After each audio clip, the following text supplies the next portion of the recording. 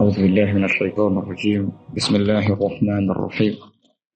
الحمد لله والصلاة والسلام على رسول الله وعلى آله وصحبه ومن والاه. We are still on the guidance of the Prophet sallallahu alaihi wasallam as regards to his nawafil.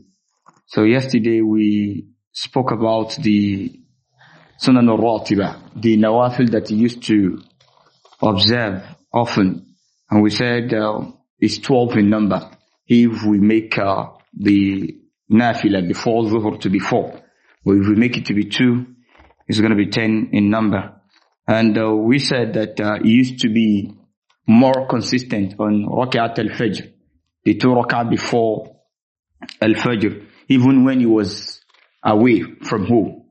Whenever he traveled, he used to observe Rak'at al-Fajr and Qiyam al-Layl. So the Sunan al-Rawatib in his traveling, whenever he traveled, most times he usually, stopped Sunan al-Rawatib in his safar.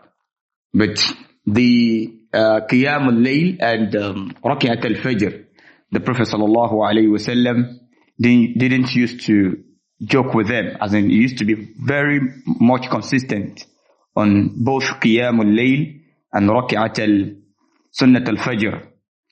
So, and we said something yesterday as regards to Qiyam al-Layl. So I think I need to buttress that. So Qiyam al-Layl, praying at night. So we said yesterday that is witr. So odd in number. Like it could be 5, it could be 7, it could be 9, 11, 13. So, and the Prophet sallallahu alaihi wasallam most often, as in numerous number of times, he used to observe 11 rak'ah in his Qiyam al-Layl.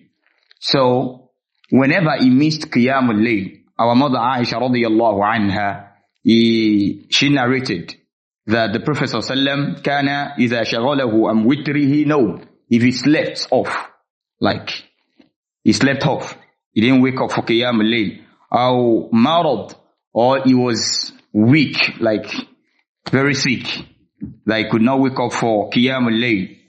Our mother Aisha radiyallahu anha said, صَلَّى مِنَ النَّهَارِ ثِنْتَيْ عَشَرَةَ رَكْعَةً, that he would replace the Qiyam al-Layl that he missed, that he would replace it in the afternoon or during the day with since the Ashara, 12 rak'ah. He used to observe 11 rak'ah at night. So during the day, if he missed the Qiyam al-Layl at night, he will replace it during the day with 12, adding 1.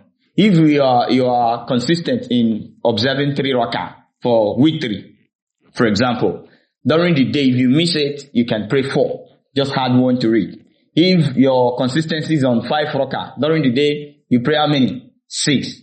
That is during the time of Duha. The Prophet ﷺ would replace the Qiyam al-Layl during the time of Ad-Duha. We all know the time of Duha. That is about, I think, the Awwal al-Duha. I think Shuruk. After Shuruk. Like 15 minutes after Shuruk. So, but the time of Duha, as explained in the Sunnah of the Prophet ﷺ, is a time where the lamp, the kids, what's it called? A sheep, the small ones, is it lamb they call it, or lamp, right? So when the sun is actually affecting, when the sun is not at the peak, but is affecting the scorchiness of the sun, is affecting those lamps. So that is, and it's around approximately maybe 10:30, around 10:30, 11. So depending on the weather. So this is the time the Prophet ﷺ used to replace Qiyam al-Layl whenever he missed it. But he's going to add 1 rak'ah to it. If it is 1 rak'ah you observe in your Qiyam al-Layl, which is the least number of rak'ah for al-Witr. So how many rak'ah are you going to observe in Duha? 2. So just add 1 like that. So the Prophet ﷺ never joked with Qiyam al-Layl and Rak'at al-Fajr, even if he was away from home. But if he was at home, he would always observe the Sunan al-Ratib that we mentioned earlier. So this is the Sunnah of the Prophet sallallahu alaihi wasallam. And again, it is very important. I quoted I said something yesterday about the person that was praying while the Salah has started already. Like, uqimat as-Salah. They've started the Salah. The Mu'adhin has made iqamah for the Salah. And someone is observing nafila. So the nafila, will the person stop it? Or will he continue to observe the nafila? So, and this happened during the time of the Prophet sallallahu alaihi wasallam to one of the Sahaba, and the Prophet asked him, "As-subha arba'an?" So as Salatul Subh, as it become 4 rak'ah, when he saw that after the Iqamah, he was still praying nafila. So then scholars took this hadith and they said, this hadith, there is a question, but is a form of question that is against one observing nafila while the Iqamah has been held completely.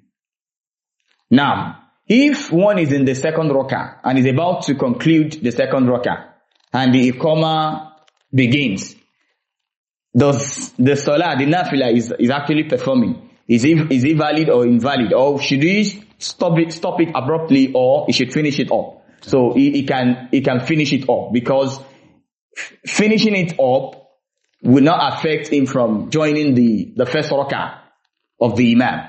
Though there are some scholars that are of the opinion that it should cut it, because making takbiratul ihram behind the Imam, like the first takbiratul ihram of the Imam, is better than the nafila.